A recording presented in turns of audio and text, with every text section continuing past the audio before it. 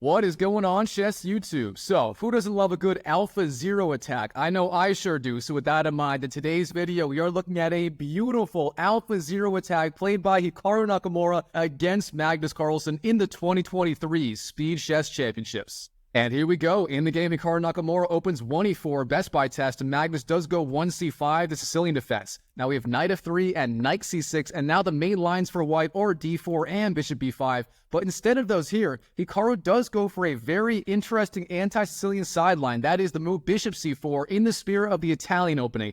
And by the way, don't worry, if you don't know what an Alpha Zero attack is, I'm going to cover all of that later in this video. Just stay tuned. Alright, now, the drawback of this move, bishop c4, is black can go for an immediate e6, intending d5, and that would block off this bishop on this diagonal, and that is what black does. So, e6 for Magnus, intending potentially d5, but either way, this bishop is now in jail on this diagonal. Alright, now, Hikaru does castle, short castles on the board, and now here, Magnus, instead of going d5 immediately, that is technically the stronger move, at least according to the engine. Instead of that, he does go a6, maintaining a little more tension in the position and potentially intending a very fast b5 break on the queen side. Now here, Hikaru, he does break in the center with the move d4, transposing back to some sort of delayed open Sicilian. Now here, very importantly, this is Magnus Carlsen's last chance to go d5. d5 is still very playable here, but instead he does take on d4. So c takes d4 played in the game. Now we have knight takes d4. And now here, Magnus, he's playing some sort of Taimanov-style position, and he does have to find the right way to continue. Now, what are his options? Well, black can go queen to c7. That is the typical Taimanov move. Beyond that, knight to f6 is playable, and you can also go for the move Magnus played in the game. That is knight g to e7. Now, what is the idea behind this move? It's very simple. First of all, at first glance, these knights are just tripping on each other. However, Magnus does have an idea. He wants to go knight takes d4, trading off one pair of knights. Then after queen takes, he wants to bring the other knight to c6, hitting the queen once again. Then he can go, say, bishop b7, short castles, and so on with a very good game. Now here, Hikaru, how does he want to respond? He starts bishop e3, a perfectly fine move, and now sure enough, Magnus does trade on d4. So knight takes d4, and now Hikaru has a choice. Do you want to recapture with the bishop or the queen on d1? Well, it turns out queen takes d4 is the right recapture. The point being, after knight to c6, you do drop your queen back to d2, and the queen and the bishop are excellently placed. Now, instead of that, in the game, Hikaru does go bishop takes d4, recapturing with the bishop, and this turns out to be slightly dubious. Here's the problem. After knight to c6, then bishop e3, the main difference here between bishop takes d4 and queen takes is now the queen is on d1 instead of d2. Of course, if you go queen takes d4, then in response to knight to c6, you can go queen d2, and the queen is better placed on d2 than d1, and that means Hikaru now is down a tempo in the game versus the other line. Now here, Magnus, he continues, b5, in the spirit of the Taimanov, gaining space on the queen side. He has many different playable moves here with the bishop. You can go bishop d3 or e2 or bishop b3.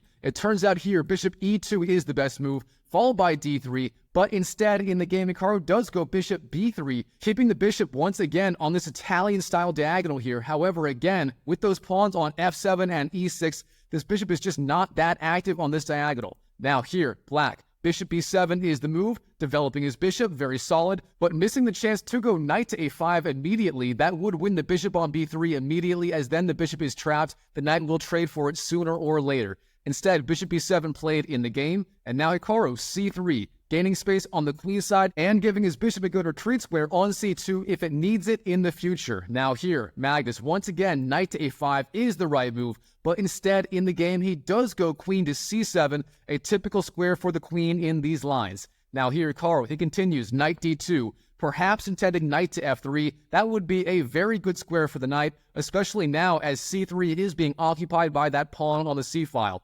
Now here, Magnus, he's got most of his queen side developed, and here he has many different playable options. For example, the computer loves the idea of rook to c8, bishop d6, or knight d5 in this position, but instead of any of those here, Magnus does go bishop e7, a very solid move, intending a fast short castles. Alright, now, Hikaru, what's it going to be? In this position, he starts the aggression on the king side with the move queen to h5, flying out with the queen, potentially intending ideas like f2 to f4, rook a to d1, and maybe rook d3, and so on. All right, now, in this position, Magnus, he should just be castling. That is the right idea.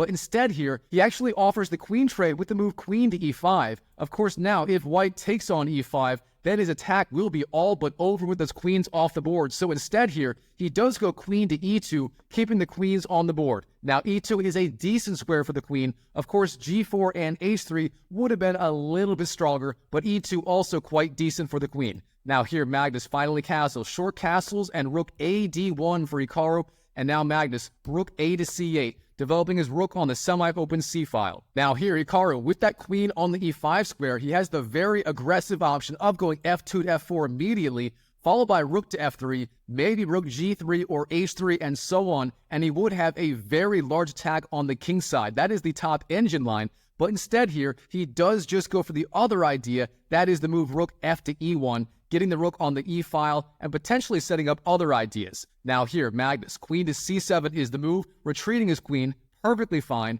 and now Hikaru does go knight to f3, again, playing very solid so far in this game. Now Magnus, knight to a5, driving back that bishop on b3. You don't want to lose that light square bishop. It is so important for the attack, so with that in mind, bishop c2 was played by Hikaru.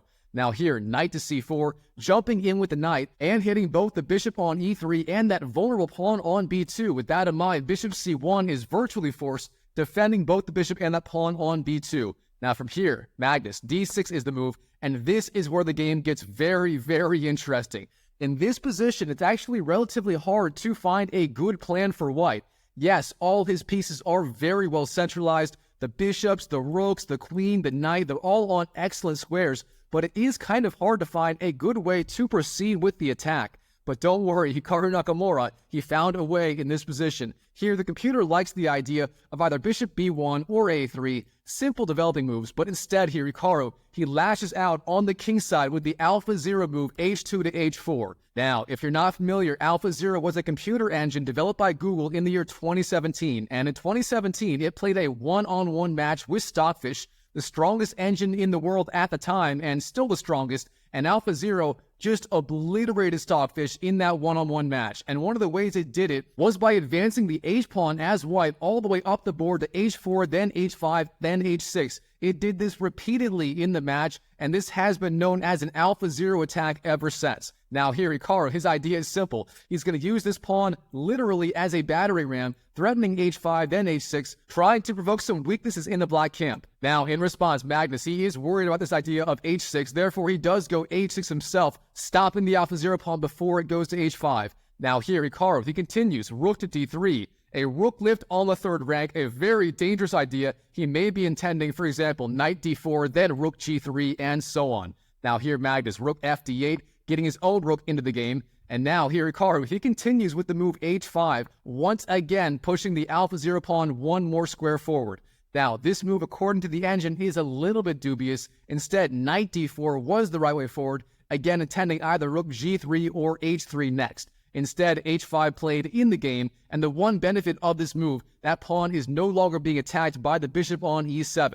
Now from here, Magnus, bishop f6 is the move, putting more pressure on the center, not a bad idea at all, and Hikaru does go knight d4, jumping up with the knight, and of course, freeing the way for this rook to enter the game on the third rank. Now from here, Magnus, the strongest move for him is just b4, getting counterplay on the queen side and trying to open up this c-file. Of course, his queen and his rook on c7 and c8 are perfectly placed if that c-file does open up. Now, instead, in the game, he does go d5, breaking in the center, and now the problem with this move, you know what? It's a good time for a puzzle. If you like puzzles, pause the video right now and try to find a beautiful shot for Hikaru right here in this position.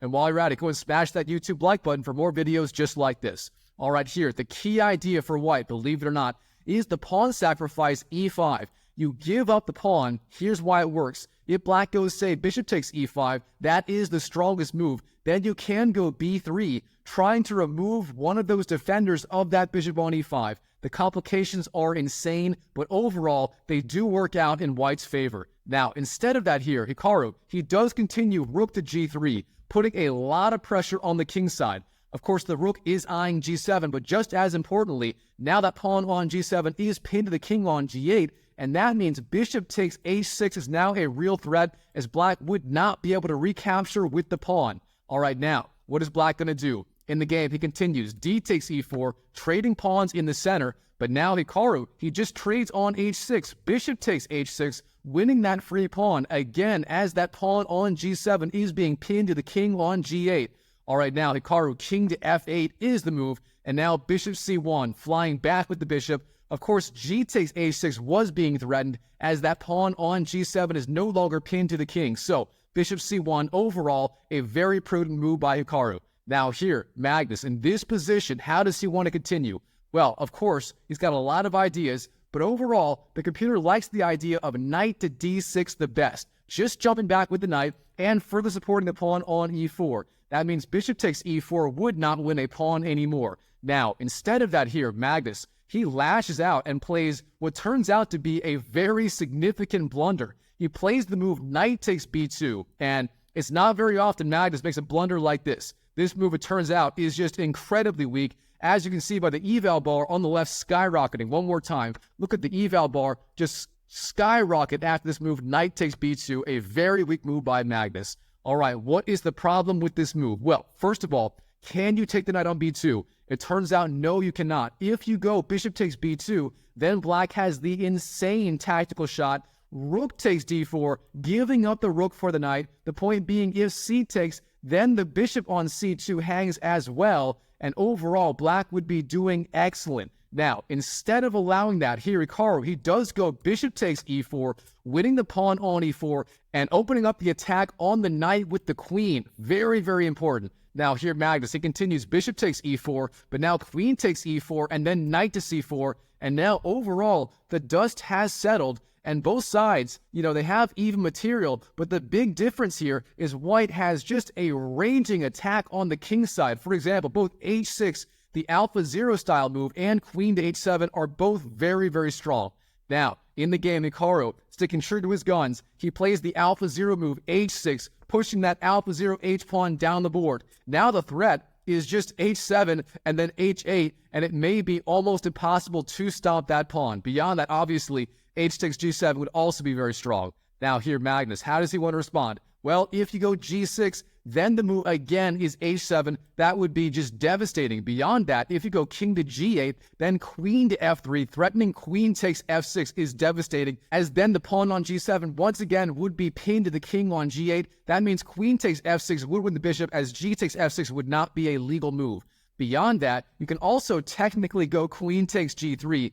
That's another engine line, but then white has the insane move h7, again threatening h8. Even queen takes g3 would not stop the alpha 0 attack. Now, in the game, Magnus, he does go queen to e5, trying to trade off those queens, a very human-looking move. But here, Hikaru Nakamura, does he do anything about those queens? No, he does not. He pushes the alpha 0 pawn once again. h7 is the move, threatening h8, promoting the alpha 0 pawn to a queen. All right, now, Magnus, he continues king to e7, perhaps one of the only good moves here. Instead, again, if you went queen takes e4, then h8 promoted to a queen with check would be the move. Instead, king to e7 played in the game. Now we have queen b7, rook d7 blocks the attack, and now Hikaru, all he has to do to win the game almost on the spot is simply queen takes c8. That would, again, virtually win on the spot, but instead here, in the game, Hikaru plays a madman's move. That is the move knight to f5, jumping up with the knight. Just a weird, unnecessary knight sacrifice. Now, the idea behind this, it is simple. Obviously, if you take with the pawn, e takes f5, then rook takes f5, wins the queen on the spot with check. That would be devastating. Beyond that, if you go queen takes f5, then, of course, the rook on e1 is no longer hanging to the queen, and that means you can just go rook, queen takes c8, and so on, and that is what happens in the game. So, the king is under check. Here, Magnus does take on f5, queen takes f5, and now again, the rook on e1 is no longer hanging. That is to Hikaru's benefit, and now just queen takes c8, wins that rook, and now Hikaru, he is once again up material. That being the extra exchange, he has the extra rook versus the extra minor piece of black, that being the knight on c4, and overall here, Hikaru, he is just dominating. All right, now, queen takes h7 is the only move to stay in the game and have any fighting chances, knocking off that alpha 0 pawn immediately. But instead here, Magnus, he makes a critical blunder. Knight to e5, jumping back with the knight, and here Hikaru, he just promotes his pawn. h8, promoting the alpha 0 pawn to a new queen. Hikaru officially has two queens on the board, And now it's, according to the engine, a forced mate in 6 moves. You know it's bad when the top engine line is literally queen takes f2, sacrificing the queen just to delay the forced mate. Now, instead of that here, the move played in the game is king to d6, but now here, Hikaru, bishop a3, hits the king, b4, bishop takes b4, and in this position, Magnus resigns on the spot to Hikaru and his Alpha Zero attack. The point being the only move is king to d5, and that runs into checkmate with queen to c5. That would be checkmate on the spot. So with that in mind here, Magnus, he simply resigns to Hikaru and his Alpha Zero attack. Wow, what a game between Magnus and Hikaru in the 2023 Speed Chess Championships. Alright, Chess YouTube, I hope you enjoyed this video. If you did, smash that like button. And check out this video right here, where Magnus Carlsen invents a brand new opening against Hikaru Nakamura. If I remember correctly, I called it the Norwegian Squid. You'll see why in the game. So check it out, and I'll see you in the next video.